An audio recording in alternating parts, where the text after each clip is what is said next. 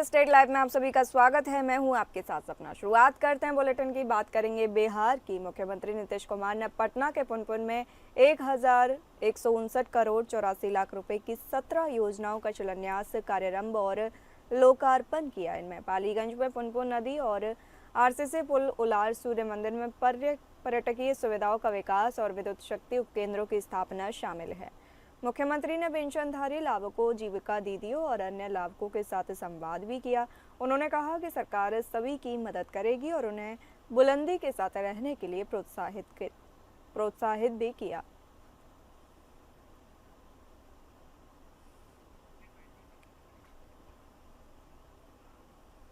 बिहार के उप मुख्यमंत्री विजय कुमार सिन्हा ने सिमरिया धाम का दौरा किया और गंगा स्नान कर धार्मिक आस्था व्यक्त की। उन्होंने अमृत तिलकी महोत्सव यात्रा की घोषणा की, जो सिमरिया धाम से अशोक धाम तक आयोजित होगी।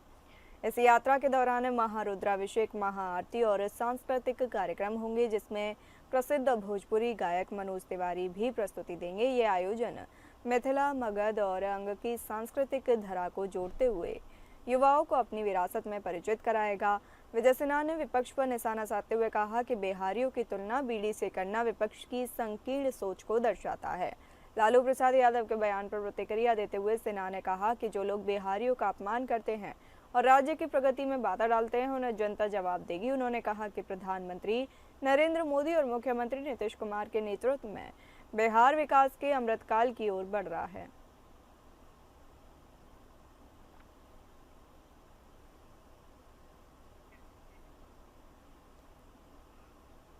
सासाराम के न्यू स्टेडियम फजलगंज में नेता प्रतिपक्ष तेजस्वी यादव ने जगदेव प्रसाद की जयंती पर राजनीतिक एकजुटता रैली का आयोजन किया।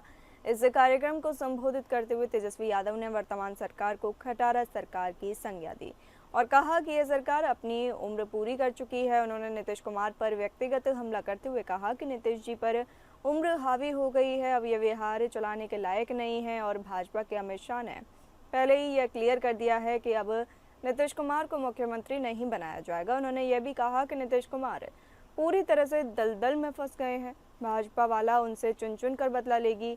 उन्होंने डबल इंजन सरकार पर तंज कसा तथा कहा कि एनडीए की यह डबल इंजन की सरकार एक इंजन भ्रष्टाचार का तो दूसरा अपराध का लगा हुआ है। बता दें कि इस राजनीतिक एकजुटता रैली में पूर्व मंत्री आलोक मेहता, सांसद सुधाकर सिंह, पूर्व मंत्री अनीता देवी, विधायक राजेश गुप्ता एवं फतेह बहादुर सिंह की मौजूद रहे।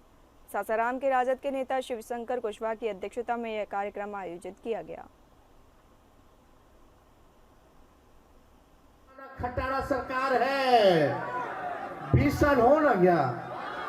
देखिए, हम अपने चाचा आदरणीय नीतीश जी के, हमारी पूरी संवेदना है उनके प्रति। बुजुर्ग हो गए हैं, अब भाजपा वाला उनको हाईजैक कर लिया है।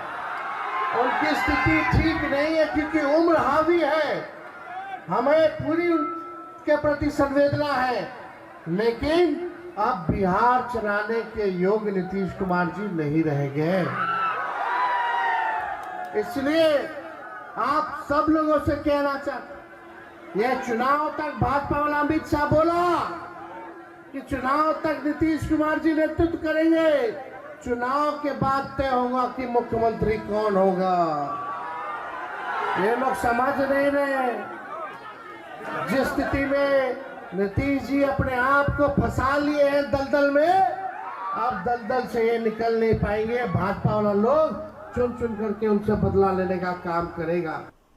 खबर सासाराम से है, जहां राष्ट्रीय जनता दल के बक्सर के सांसद सुधाकर सिंह ने शराबबंदी को लेकर बड़ा बयान दिया है और कहा कि शराबबंदी कानून की समीक्षा होनी जरूरी है और इस कानून का फिर से समीक्षा होनी चाहिए। उन्होंने सासाराम में कहा कि शराबबंदी के कारण बिहार की हालत और खराब हो गई है। कोर्ट में लाखों केस पेंडिंग है, हजारों लोग छोटे छोटे मामले में जेल में पड़े हैं। वहीं पूरे प्रदेश में अवैध माफिया क्षेत्र का एक नेटवर्क खड़ा हो गया है, 20 से 30 हजार करोड़ का जिसका टर्नओवर है। उन्होंने कहा युवाओं के बीच नैतिक संकट देखने को मिल रहा है। ऐसे में सरकार को इस कानून को लेकर पुनः एक बार समीक्षा और पुनर्विचार करना चाहिए। यह कानून बिहार में कितना सफल है या फिर असफल है, क्योंकि वर्तमान में इस कानून से लाभ की अपेक्षा हानि अधिक हो रही है। देखिए, हम पिछले 2 ढाई सालों से विधानसभा के भीतर भी और विधानसभा के बाहर भी मैंने कहा कि शराबबंदी से जो हालत खराब हुई इस बिहार की, हजारों लोग जहरीली शराब से मौत हुई, लाखों लोग विकलांग हो गए, कई लाख जेल में लोग हैं, सरकारी मुकदमे कोर्ट कचहरी बंद पड़े हुए हैं इस तरह के कारनामे से, जिससे कि नई पीढ़ी में बहुत नैतिक संकट पैदा हुआ। उसको हम अगर सही शब्द में कहें तो इससे पूरे इलाके में जो माफिया तंत्र होने से नौजवानों के भीतर गलत संदेश गया, जिसका बिहार भुक्तभोगी है। इसकी निश्चित तौर पे समीक्षा होना चाहिए और कोई भी सरकार में हो, निश्चित समीक्षा करके इसका समाधान निकालना चाहिए। जमुई जिले के बरहट थाना क्षेत्र के कद्दू आतरी गांव में शुक्रवार को अवैध देशी शराब निर्माण की सूचना पर छापेमारी करने गई पुलिस की टीम पर ग्रामीणों ने हमला कर दिया। इस दौरान लाठी डंडे से खदेड़कर कई पुलिस कर्मियों की पिटाई की गई। घटना का लाइव वीडियो शनिवार को सामने आया है, जो इंटरनेट मीडिया पर तेजी से वायरल हो रहा है। वायरल वीडियो में साफ देखा जा सकता है कि ग्रामीणों द्वारा लाठी डंडे के साथ पुलिस कर्मियों की घेराबंदी कर पिटाई की जा रही है। हथियार भी छीनने के प्रयास किए जा रहे हैं। वहीं दरोगा शुभम झा को खदेड़कर लाठी डंडे से पिटाई की गई है, जबकि महिला दरोगा को भी हमलावरों ने नहीं छोड़ा। महिला दरोगा किसी तरह पुलिस जान बचाकर भागी है। अचानक हुए हमले से पूरे गांव में अफरा तफरी मच गई। घटना की जानकारी थाने को दी गई और अतिरिक्त पुलिस बल को बुलाया गया। उसके बाद पुलिस ने कार्रवाई करते हुए मारपीट करने के 13 आरोपितों को गिरफ्तार किया। मारपीट में महिला दरोगा सहित 2 दरोगा और जवान जख्मी हुए हैं। दरअसल बरहट थाने की पुलिस को कंट्रोल रूम से सूचना मिली कि कद्दू आतरी गांव में मनोज बेसरा के घर बड़ी मात्रा में महुआ शराब का निर्माण हो रहा है। सूचना के बाद थाना अध्यक्ष कुमार संजीव ने एसआई उर्मिला कुमारी और शुभम झा के साथ जवानों को छापेमारी करने भेजा। पुलिस द्वारा मनोज बेसरा के घर बड़े बड़े प्लास्टिक के ड्रम में जावा महुआ को बरामद किया, जिसके बाद पुलिस द्वारा जावा महुआ को नष्ट किया जा रहा था। इसी बात को लेकर ग्रामीण उग्र हो गए और पुलिस पर लाठी डंडे से हमला कर दिया।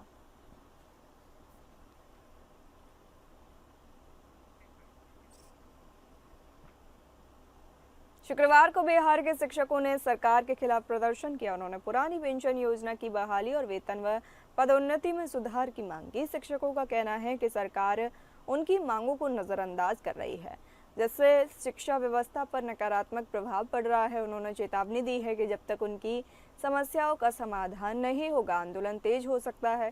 शिक्षकों की मुख्य मांगे हैं पुरानी पेंशन योजना लागू करना, वेतन और पदोन्नति में सुधार करना और सभी शिक्षकों को समान वेतनमान और दर्जा देना होगा।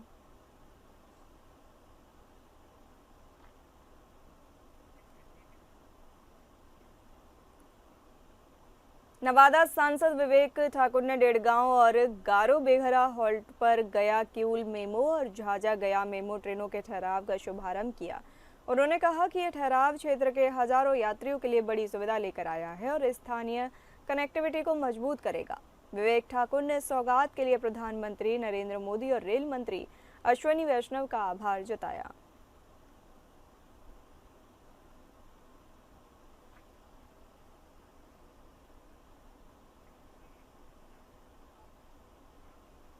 बोकारो जिले में न्याय की संरचना को सुदृढ़ करने की दिशा में एक महत्वपूर्ण कदम उठाते हुए नवनिर्मित श्रम न्यायालय भवन का मुख्य न्यायाधीश तरलोक सिंह चौहान ने उद्घाटन किया। बोकारो के व्यवहार न्यायालय पहुंचने पर परेड के साथ मुख्य न्यायाधीश को झारखंडी ढोल नगाड़ा सहित पारंपरिक संस्कृति के साथ स्वागत किया गया। मुख्य न्यायाधीश ने पौधारोपण कर पर्यावरण बचाने का भी संदेश दिया। निर्मित भवन का उद्घाटन झारखंड उच्च न्यायालय के मुख्य न्यायाधीश न्यायमूर्ति तरलोक सिंह चौहान, न्यायमूर्ति आनंद सेन, न्यायमूर्ति प्रदीप कुमार श्रीवास्तव, प्रधान जिला एवं सत्र न्यायाधीश अनिल कुमार मिश्रा, उपायुक्त बोकारो अजय नाथ झा तथा पुलिस अधीक्षक हरविंदर सिंह आदि ने किया।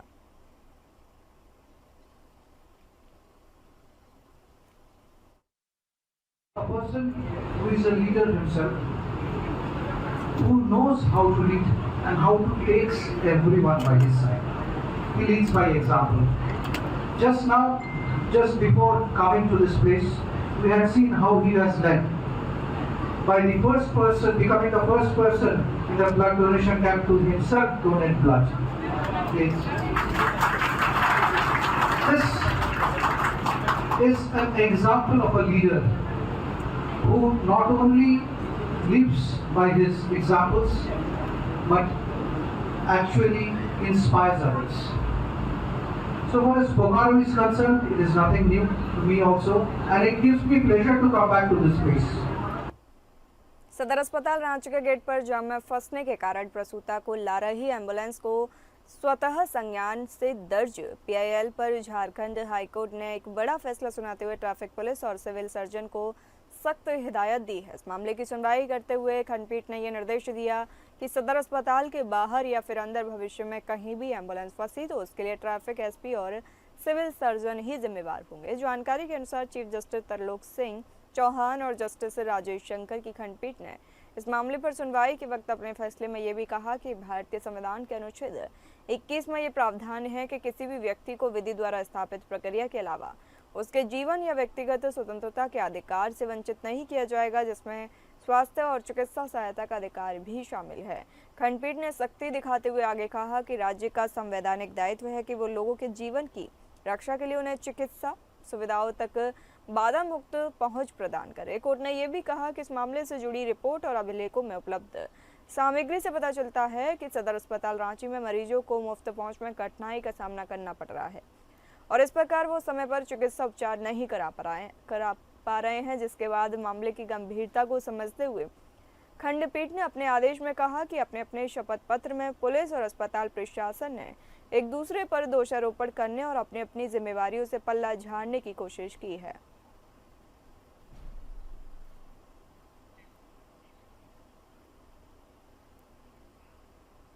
झारखंड में अवैध खनन के दौरान होने वाली घटनाओं का दौर थमने का नाम नहीं ले रहा है। आए दिन खनन परियोजना में लगे मजदूरों की जान को जोखिम में डालकर अवैध रूप से खनन करने वालों के विरोध में आवाज उठाने वाले लोग अब सरकार पर सवाल खड़े कर रहे हैं।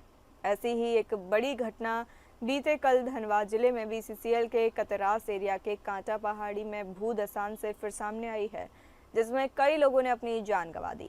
जानकारी के मुताबिक मां अंबे माइनिंग प्राइवेट लिमिटेड की आउटसोर्सिंग परियोजना के ओबी डंप में भूस्खलन से अब तक 5 लोगों की मौत हो चुकी है, तो वहीं इस हादसे के चश्मदीदों ने ही मलबे से 5 शव निकाले जाने की पुष्टि की है, जहां एनडीआरएफ की टीम द्वारा रेस्क्यू ऑपरेशन अभी भी जारी है। हालांकि कल देर रात तक अस्पताल ले जाते वक्त 4 शव ही निकाले गए थे, जिनकी पहचान स्वरूप गोप, अमन कुमार सिंह, राहुल कुमार और चालक गया प्रसाद के रूप में हुई थी, जिसके बाद आज सुबह फिर से रेस्क्यू शुरू किया गया और एक और शव मलबे से आज भी निकाला गया।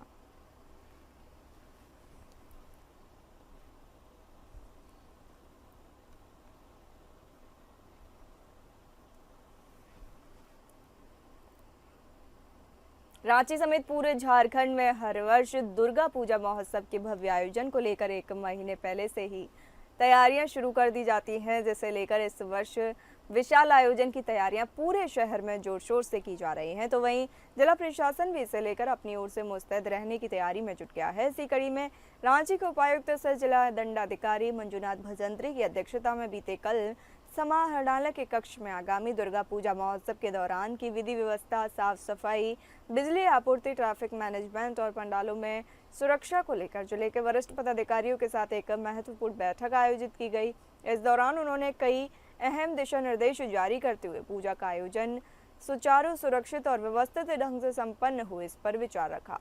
बैठक में वरिष्ठ पुलिस अधीक्षक चंदन कुमार सिन्हा, अपर जिला दंडाधिकारी राजेश्वर नाथ आलोक, पुलिस अधीक्षक अजीत कुमार, पुलिस अधीक्षक प्रवीण कुमार आदि लोग मौजूद रहे।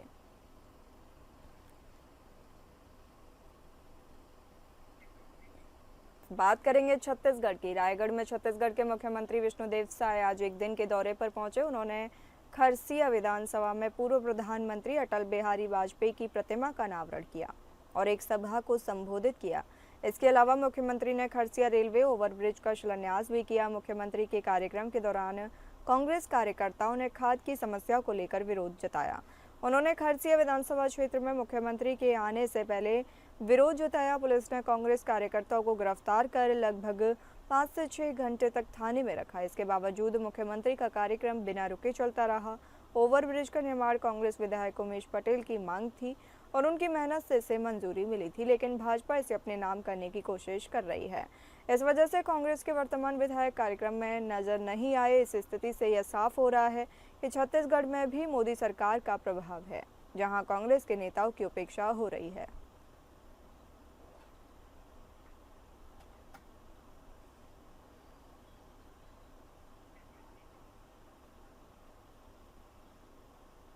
रायपुर भाजपा की सरकार ने छत्तीसगढ़ को हड़ताल का गढ़ बना दिया है। प्रदेश कांग्रेस अध्यक्ष दीपक बैज ने कहा कि भाजपा सरकार क्रूर और अत्याचारी बन गई है। जिस तरह से पिछले 20 दिनों से अधिक हो गए अनचम और मितानिन बहनें हड़ताल पर हैं और भाजपा सरकार उन पर बर्बरतापूर्वक कार्रवाई कर रही है, लाठीचार्ज कर रही है और जेल भेजने की धमकी दे रही है और 25 से अधिक एनएचएम कर्मचारियों को बर्खास्त करने का कार्रवाई भी की गई है। कांग्रेस उसकी निंदा करती है। यह सरकार की तानाशाही है। मोदी की गारंटी के नाम से भाजपा ने झूठ बोलने का काम किया है।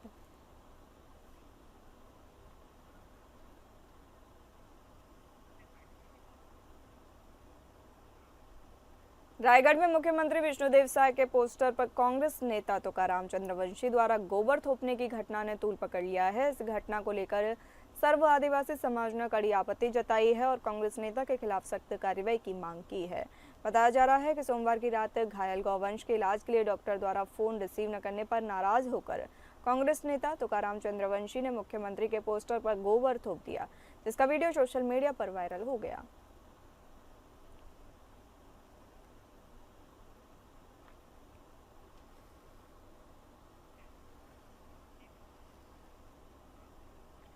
राजधानी रायपुर के प्रेस क्लब में आज छत्तीसगढ़ संयुक्त बंग समाज के लोगों ने टीएमसी सांसद महुआ मोहोत्रा की गिरफ्तारी को लेकर प्रेस वार्ता की। उन्होंने कहा कि सांसद महुआ मोहोत्रा द्वारा देश के गृह मंत्री अमित शाह के खिलाफ दिया गया प्राणहानि से संबंधित बयान गंभीर है और इस पर तुरंत कार्रवाई होनी चाहिए। प्रेस वार्ता में गोपाल समंतो ने बताया कि सांसद महुआ मोहोत्रा ने अपने बयान में देश के गृह मंत्री अमित शाह का गला काटकर प्रधानमंत्री नरेंद्र मोदी की मेज पर रखने की बात कही, जो सुनकर वे न केवल आहत हुए बल्कि भयभीत और आतंकित भी महसूस कर रहे हैं।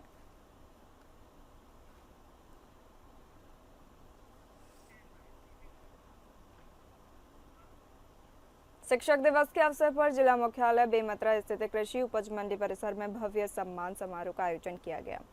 समारोह में जिले के 143 शिक्षकों को सम्मानित किया गया। शिक्षकों को मोमेंटो, श्रीफल, शॉल व प्रशस्ति पत्र देकर उनका अभिनंदन किया गया। कार्यक्रम में मुख्य अतिथि के रूप में छत्तीसगढ़ शासन के कैबिनेट मंत्री अरुण साव एवं प्रदेश के शिक्षा मंत्री गजेंद्र यादव मौजूद रहे। इस अवसर पर शिक्षा मंत्री ने जिले को बड़ी सौगात देते हुए 3 नवीन स्कूलों की स्थापना की घोषणा की।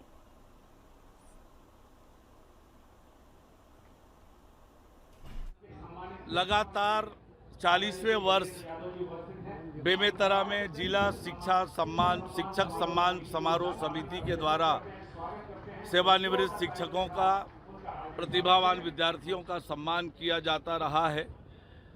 आज भी इसी अवसर पर सेवानिवृत्त शिक्षकों का और प्रतिभावान विद्यार्थियों का सम्मान किया जा रहा है। निश्चित रूप से शिक्षक हमारे राष्ट्र के निर्माता होते हैं, समाज निर्माण का काम करते हैं और ऐसे में शिक्षकों का सम्मान ये हम सबका सम्मान है और इसलिए आज हमने शिक्षकों को सम्मानित करने का काम किया है। बस्तर में 75 दिनों तक चलने वाले विश्व प्रसिद्ध और ऐतिहासिक बस्तर दशहरे की दूसरी प्रमुख रस्म डेरी गड़ाई पूरी कर ली गई है। वहीं जगदलपुर के सिरहा सार भवन परिसर में यह परंपरागत विधान अदा किया गया, जिसमें पुजारी, मांझी, चालकी समेत दशहरा समिति के सदस्य शामिल हुए। इस रस्म के साथ अब रथ निर्माण की प्रक्रिया शुरू हो जाएगी। आपको बता दें, करीब 616 सालों से चली आ रही परंपरा को निभाते हुए सिरहा सार भवन में डेरी गड़ाई रस्म अदा की गई। इस मौके पर बिरंगपाल गांव से लाई गई 10 फीट लंबी सरई लकड़ी में हल्दी का लेप कर उसकी स्थापना की गई। ये क्या है, यहाँ से रियासत का समय से बांधा जाता शुरुआत हो जाता है दशहरा कार्यक्रम और वहाँ से ही रथ का लकड़ी लाना शुरुआत हो जाता है। अब यहाँ से डेढ़ी गड़े के दिन से ही रथ लकड़ी बनाना चालू हो जाएगा, यहाँ से लकड़ी लाना शुरू हो जाएगा। तेरस के दिन ये जैसा कोई भी काम करना है तो शुभ मुहूर्त में दिन को मैंने डेढ़ी गड़े के पुनः देवी के रूप में इसको पूजा किया जाता है। दशहरा बस्तर का पूरे देश में और विश्व में इसकी ख्याति प्राप्त है और 75 दिनों तक चलने वाला यह दशहरा अपने विभिन्न विधि विधानों से, पूजा परंपराओं से होकर गुजरता है। पाट यात्रा से इसकी शुरुआत होती है। आज डेरी गड़े का है, साल लकड़ी, और जो कि हमारे यहाँ से आती है बिलोरू से, और उसको विधि विधान से पूजा करके और हमारे यहाँ मोंगरी मछली का उसमें समावेश करते हुए माई जी की आराधना पूजा के साथ डेरी गड़े का कार्यक्रम आज संपन्न हो रहा है। मुंबई के पास एक परियोजना का विज्ञापन विवादित हो गया क्योंकि उसमें यह दावा किया गया कि वह सिर्फ मुस्लिम समुदाय के लोगों के लिए होगा। इस मुद्दे पर मानवाधिकार आयोग ने महाराष्ट्र सरकार से स्पष्टीकरण मांगा है। आरोप है कि इस प्रोजेक्ट की मार्केटिंग में ऐसा संदेश दिया गया है कि यह रिहायशी कॉलोनी किसी खास समुदाय के लिए डिजाइन की गई है। जैसे ही एडवर्टाइजमेंट का वीडियो सोशल मीडिया पर आया, देखते ही देखते ये वायरल हो गया। ट्रोलिंग का दौर शुरू हुआ और साथ ही गंभीर आरोप भी लगने लगे। ये एडवर्टीजमेंट कोई बनाता है और प्रसारित करता है, यही सबसे बड़ा गुनाह मुझे लगता है। ये भारत के संविधान को दी गई चुनौती है। इस तरीके से एक इलाके में एक ही कम्युनिटी को घर बेचे जाएंगे, एक तरीके से ये गज़वाए हिंद है। ये भारत के संविधान में जिस तरीके से सभी लोगों को पूरे अधिकार दिए गए हैं, उसके खिलाफ ही ये बात है। मैं सरकार से गुजारिश करूंगा, सबसे पहले तो इस तरीके से धार्मिक आधार पर ये घर बेचे जाएंगे, इस तरीके से कोई एडवर्टीजमेंट करता है, यही गैरकानूनी है। इस पर कड़ी से कड़ी कार्रवाई होनी चाहिए। फिलहाल इस बुलेटिन में इतना ही। नमस्कार।